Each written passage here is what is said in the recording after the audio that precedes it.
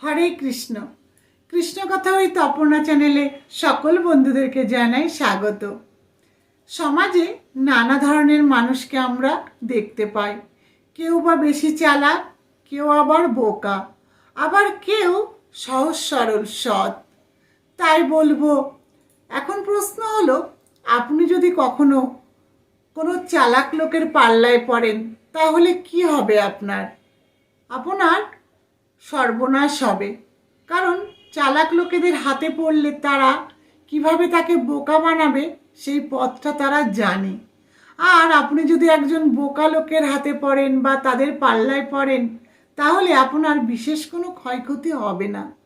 তাই আমাদের জানতে হবে চালাক লোকেরা কেমন হয়। আসুন চালাক লোকেদের 4টি বৈশিষ্ট্য আপনাদেরকে জানাই। প্রথমত হলো, চালাক ব্যক্তি সর্বদা মুখে মিষ্টি কথা বলে। অর্থাৎ মনের মধ্যে যাই থাকুক না কেন, সর্বদা মুখে মিষ্টি কথা আর মুখে মিষ্টি হাসি, যা মানুষকে সহজেই ভুলিয়ে দিতে পারে। আর এর ফলে মানুষ সহজেই ভুলে যায়, বিশ্বাস করে, তারপর হয় তার জীবনে ঘোর সর্বনাশ। আর দ্বিতীয়ত হলো, এরা নিজের দোষ খুব সহজেই অন্যের ঘাড়ে চাপাতে পারে। কারণ যেহেতু তারা মিষ্টি কথা বলে, তাই দোষ করেও মিষ্টি কথা বলে তারা পার পেয়ে যায়। আর তৃতীয়ত হলো, এরা অন্যদের ধন সম্পদ, টাকা পয়সা যাই বলুন না কেন, সব কিছু আত্মসাৎ করে নেয়। আর যেটা মানুষ সহজে পারে না বোকা লোকেরা, আর এই চালাক লোকেরা খুব সহজেই এই কাজটা করতে পারে। আর চতুর্থত হলো, এরা খুব সহজেই মানুষকে পটিয়ে ফেলতে পারে, তারপর নিজের চাহিদা পূরণ করে, নিজের স্বার্থ পূরণ করে।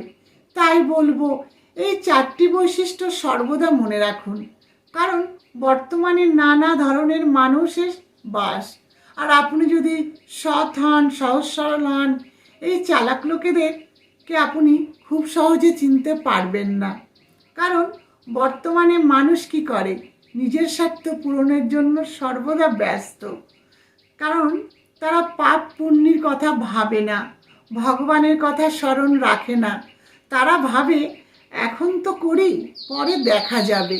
কিন্তু তারা কি জানে আমরা যা কিছু করছি সব কিছু একজন দেখছেন, আর মালিক সব কিছু লিখেও রাখছেন।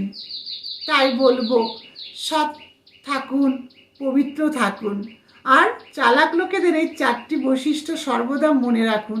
নিজেকে বিপদমুক্ত রাখুন। হরে কৃষ্ণ।